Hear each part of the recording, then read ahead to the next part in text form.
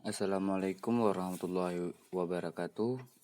Kami dari kelompok 4 ingin mempresentasikan tentang aspek keuangan dari studi kelayakan bisnis yang beranggotakan saya sendiri Octavian Wardana dan teman saya M. Iksan Ramadan.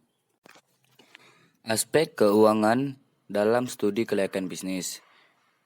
Aspek keuangan merupakan aspek yang digunakan untuk menilai keuangan perusahaan secara keseluruhan. Aspek ini sama pentingnya dengan aspek lainnya. Bahkan ada beberapa pengusaha menganggap justru aspek inilah yang paling utama untuk dianalisis karena dari aspek ini tergambar jelas hal-hal yang berkaitan dengan keuntungan perusahaan. Sehingga merupakan salah satu aspek yang sangat penting untuk diteliti kelayakannya. Investasi yang dilakukan dalam berbagai bidang bisnis atau usaha sudah tentu memerlukan sejumlah modal. Di samping keahlian lainnya, modal yang digunakan untuk membiayai suatu bisnis, mulai dari biaya prainvestasi, biaya investasi dalam aktiva tetap, hingga modal kerja. Secara keseluruhan, penilaian dalam aspek keuangan meliputi hal-hal seperti sumber-sumber dana yang diperoleh, kebutuhan biaya investasi, estimasi pendapatan dan biaya investasi selama beberapa periode, termasuk jenis-jenis dan jumlah biaya yang dikeluarkan selama umur investasi, proyeksi neraca dan laporan laba atau rugi untuk beberapa periode ke depan, kriteria penilaian investasi, rasio keuangan yang digunakan untuk menilai kemampuan perusahaan, sumber-sumber dana.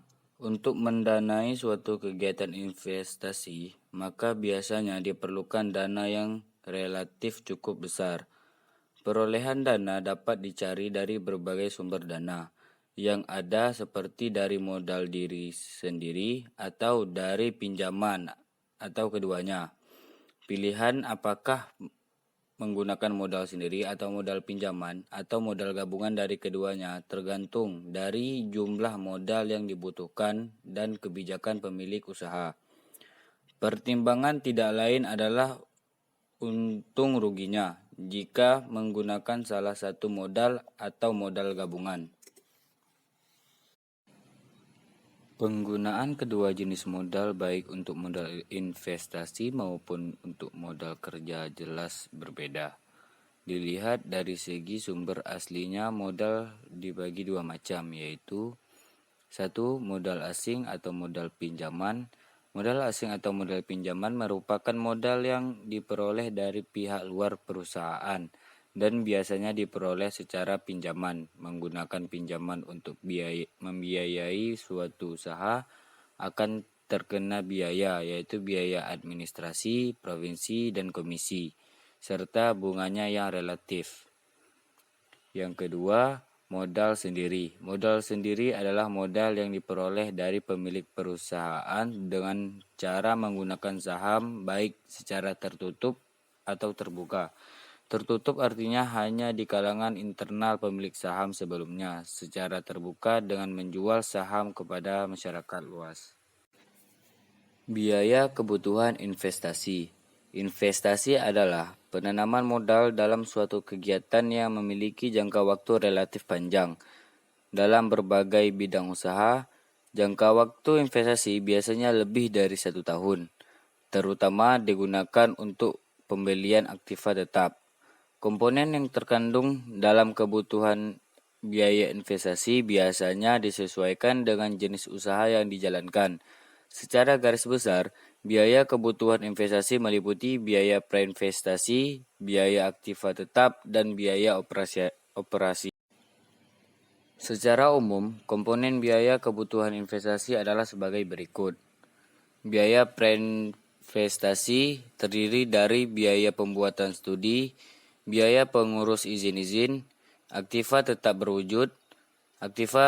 tidak berwujud, upah dan gaji karyawan, biaya listrik, biaya telepon dan air, biaya pemeliharaan, pajak, premi asuransi, biaya pemasaran, dan biaya lainnya. Selanjutnya, arus kas atau cash flow. Cash flow merupakan arus kas atau aliran kas yang ada di perusahaan dalam suatu periode tertentu. Cash flow menggambarkan beberapa uang yang masuk ke perusahaan dan jenis-jenis pemasukan tersebut. Cash flow juga menggambarkan beberapa uang yang keluar serta jenis-jenis biaya yang dikeluarkan. Laporan perubahan kas atau cash flow statement disusun untuk menunjukkan perubahan kas selama satu periode tertentu, serta memberikan alasan mengenai perubahan kas tersebut dengan menunjukkan dari mana sumber-sumber kas dan penggunaannya. Pada saat kita menganalisis perkiraan arus kas di masa dating, kita dihadapkan dengan ketidakpastian. Akibatnya, hasil perhitungan di atas kertas itu dapat menyimpang jauh dari kenyataan. Ketidakpastian itu dapat menyebabkan berkurangnya kemampuan untuk development proyek tersebut dalam beroperasi untuk menghasilkan laba bagi perusahaan. Jenis-jenis cash flow yang dikaitkan dengan suatu usaha terdiri dari initial cash flow atau lebih dikenal kas awal yang merupakan pengeluaran pada awal periode untuk investasi. Operational cash flow merupakan kas yang diterima atau dikeluarkan pada saat operasi usaha. Terminal cash flow merupakan uang kas yang diterima pada saat usaha tersebut berakhir. Kriteria penilaian investasi.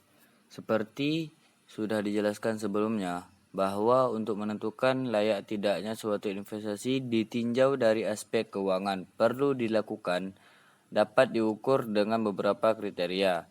Setiap penilaian layak diberikan nilai standar untuk usaha yang sejenis dengan cara membandingkan dengan rata-rata industri atau target yang ditentukan.